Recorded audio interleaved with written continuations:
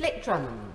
Thank you very much, Madam Deputy Speaker, and it is a pleasure to speak in this debate, but like others, I am very disappointed with this motion as it completely distracts from the real issues in our schools where we should be focusing on children's outcomes, rather than being obsessed by the ideologies which have no interest in how children perform in schools or the choice that every parent should have. And interestingly, not a single Labour backbencher so far has actually spoken in favour of this particular motion.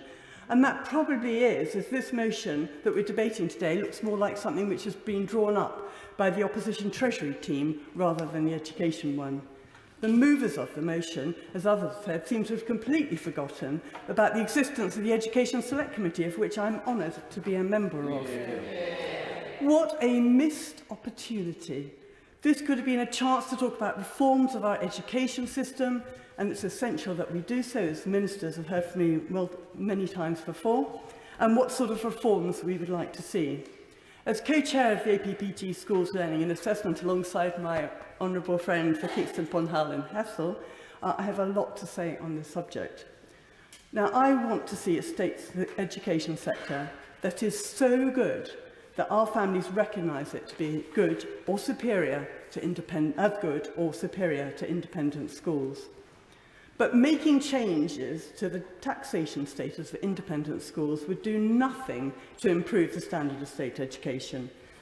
Because we've known from a previous exercise in dogma, such as the abolition of the assisted places scheme, that the Labour government would go ahead whether or not its policy is in the interest of children. The abolition of the APS was an ideological measure intended to chip away at the position of independent schools, and it did weaken the position of some.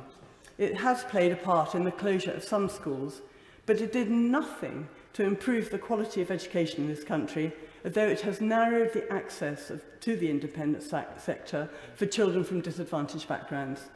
And now Labour wants to order yet another attack.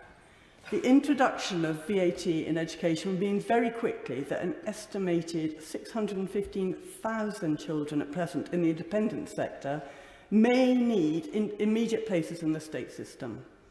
Beyond that, the viability of many private schools will be weakened and they will close. It's likely to lead to a disorderly exit of provision from education in this country. And there's no guarantee that the measures proposed by the opposition would raise any additional money for the Exchequer, and they could well cost the DfE more money than the Treasury raises.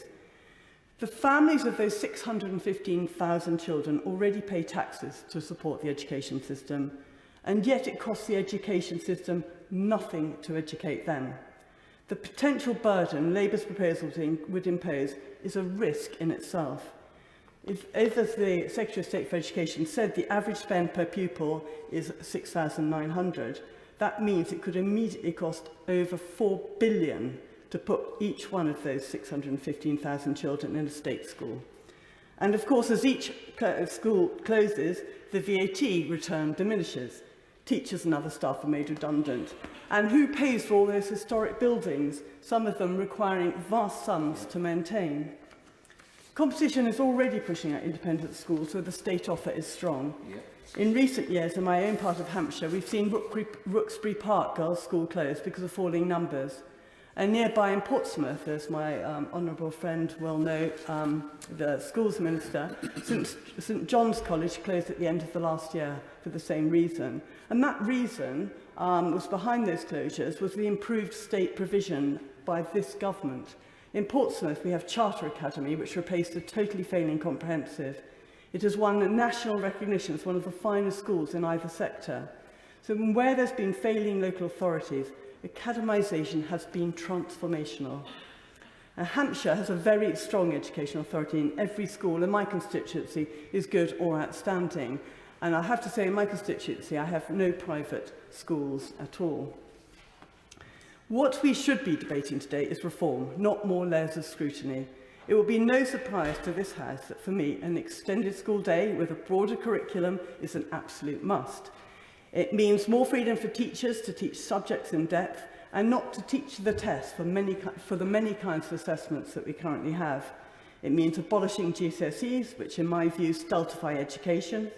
And we need to recognise that secondary education is a continual process to age 18, and that what we ask of children at 16 currently is not beneficial. Education is key to the country's continued prosperity. It is a key driver to lift people out of poverty. It must remain the focus of any government, and it needs consensus, not dogma. This motion achieves absolutely nothing.